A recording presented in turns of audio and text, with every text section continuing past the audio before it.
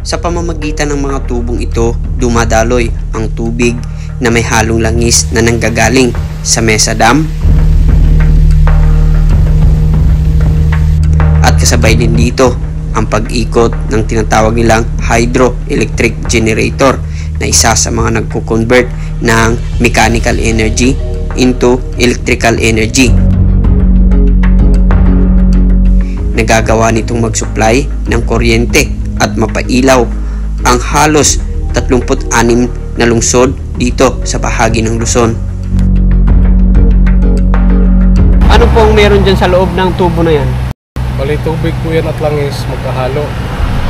Yan po ang gumagawa ng power ng kuryente sa EDCP habang umiikot yung dinamo o motor kung tawagin. Yun po ang naglalabas ng power supply ng kuryente sa EDCP. Mula Maynila ay nag-travel tayo na mahigit 3 oras papunta rito sa Antipolo, Rizal para makita ang hydropower plant project. Nandito tayo sa bayan ng Pilila, Rizal, sakop pa ng Antipolo. Grabe, sobrang ganda ng panahon at ang ganda mag-rides dito sa bahagi ng Pilila kasi nga malamig yung simoy ng hangin dito. Tingnan mo naman yung mga puno, grabe. It's another beautiful day na naman.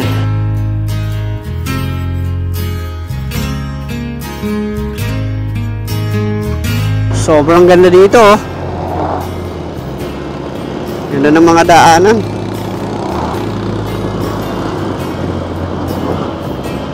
Kulay green. Malamig yung simoy ng hangin.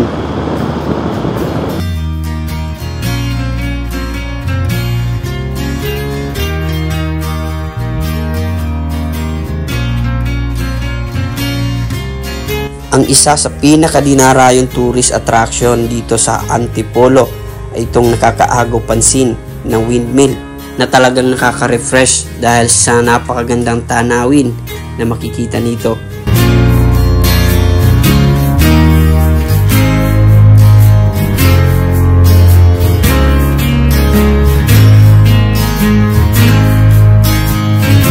So magkano yung parking fee? 20 pesos lang po sa mo. Pag motor po is 20 pesos. Pag 4 wheels naman dito sa public is po 30 pesos. Wala pong limit sa oras yun. So napansin ko lang itong mga bus. Para saan ang biyahe niyan dito? Ano lang po yan, mga tour po ng mga estudyante. Pag may nagtutour is dito po nila dinadala. So ibig sabihin para sa mga turista to na pupunta rito? Yes po, turista po lahat yan. Okay. Tourist spot po kasi itong taas natin.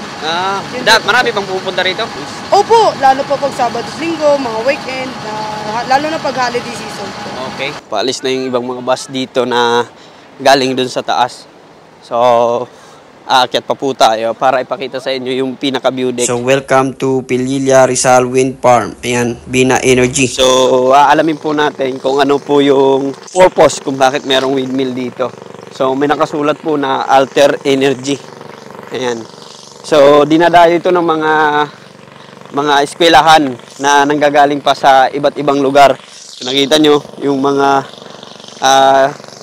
bus na nandito ay yung mga sakay noon ay yung mga estudyante. So, basahin po natin yung kanilang information. So, ayan. So, yung may-ari dito ay yung Bina Energy. Yeah, you're inside a private renewable energy facility. Please observe the following safety guidelines. So, may guidelines po sila dito. Observe speed limit of 30 kph. Drones and kites are not allowed in the wind farm. So, bawal dito magpalipad sa area ito. Siguro lalabas po tayo mamaya kasi private po ito dito. Strictly smoking for group tours. The coordinator shall be inducted first by our safety officer. Ayan. So, nandito po yung mga guidelines nila. Basahin na po natin. Nandiyan po lahat nakasulat. Sabi dito, paunawa, ang visitor center ay isang pribadong pasilidad. Ito ay para sa lahat na gustong makita ang kaaya-ayang tanawin at mga wind turbines na nagbibigay ng kuryente sa pamamagitan ng lakas ng hangin. Ang Bina Energy po ay hindi naniningil ng bayad para sa pagpunta dito. Hinihiling lang po namin na sumunod kayo sa mga safety guidelines at tumulong sa pagpapanatili ng kaayusan ng kalinisan ng kapaligiran. Ito pala yung nagsusupply ng kuryente. Naka-direct sila sa Meralco. Sa bawat ihip ng hangin, umiikot ang mga hélice ng windmill na ito. Kasabay dito ang pag-andar ng generator na nagko-convert ng mechanical energy into electrical energy.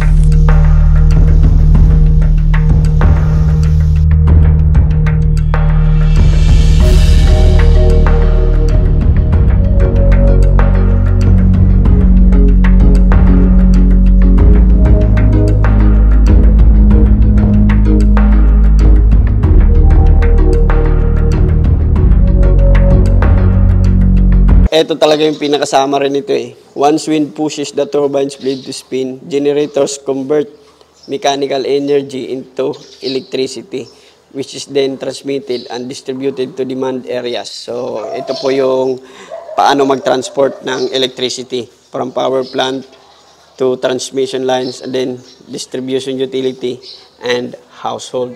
The more na nakaka-capture siya ng hangin ay mas more pa yung nakukuhang energy. So, meron pong iba't ibang klase ng source ng energy. Meron geothermal energy, hydro, biomass, solar. Ito yung mga common natin na nanggagaling sa araw.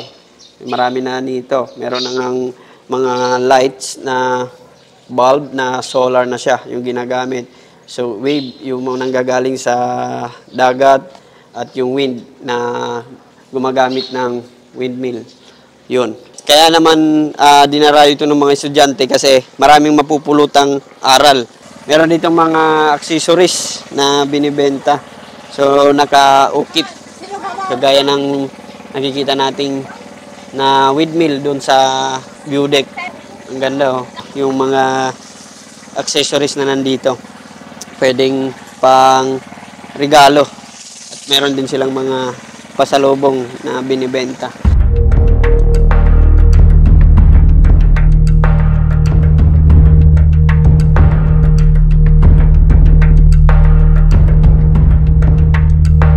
Pagkatapos nating ikutin ang wind farm na ito, ay agad naman ako nagbiyahe patungo sa Laguna para mapuntahan ang isa sa pinakamalaking proyekto dito.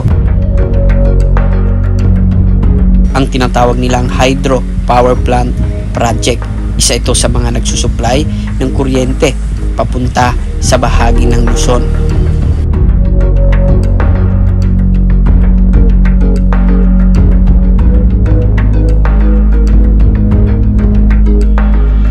So ngayon nandito naman tayo sa Barangay Kalayaan, Laguna, kung saan makikita natin ang isang dambuhalang hydro power plant na nagsusupply ng kuryente.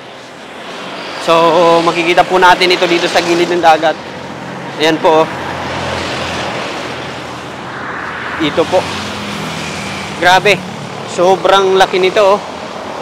Ayan. Ang dynamo po niyan ay nakabaon po sa lupa kaya tinawag pong hydropower plant. Isa sa mga nagkikreate ng kuryente. Sister company po nito ay yung NGCP. Yung windmill ay sister company niya ay yung Meralco. Ano pong meron dyan sa loob ng tubo na yan? Bali, tubig po yan at langis magkahalo. Yan po ang gumagawa ng power ng kuryente sa NGCP habang umiikot yung dinamo o motor kung tawagin. Yun po ang naglalabas ng power supply ng kuryente sa NGCP.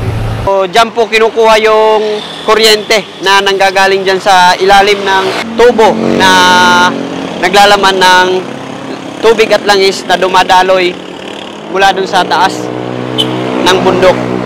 Ito yung tubig na may langis na nagsusupply ng kuryente papunta ng Luzon at saka ng Quezon Province. Yung tubig na yan na nasa loob ng tubo, yan yung nanggagaling sa Mesa Dam. Kung saan yung tubig ay dumadaloy papunta rito sa Kalayaan, Laguna. So maraming nagtataka, maraming mga dumadaan dito at na-curious sa ganyang itsura. So nandito yan sa Kalayaan Road. So bawal po kayo dito mag-stop over, mag-parking, meron pong nakasign dyan. So binigyan lang tayo ng pagkakataon saglit ni Sir na masilayan lang kasi pauwi na tayo ng Leyte, galing tayo ng Luzon.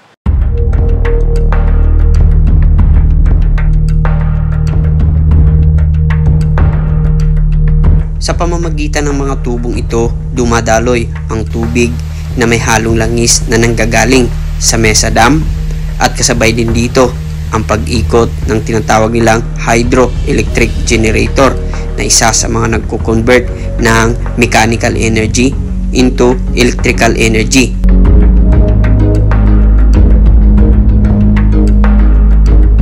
Nagagawa nitong mag-supply ng kuryente at mapailaw ang halos 36 na lungsod dito sa bahagi ng Luzon.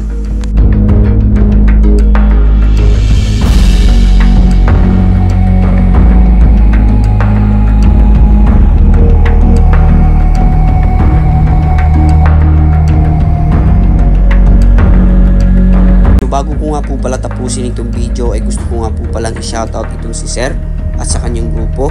Shoutout po sa inyo at salute po dahil isa po sila sa mga sumasagip sa mga asun lansangan na pinapabayaan na ng mga may-ari na palaboy-laboy na dito sa kakalsadahan. So salute po ako sa inyo Sir at sana po suportahan po natin sila.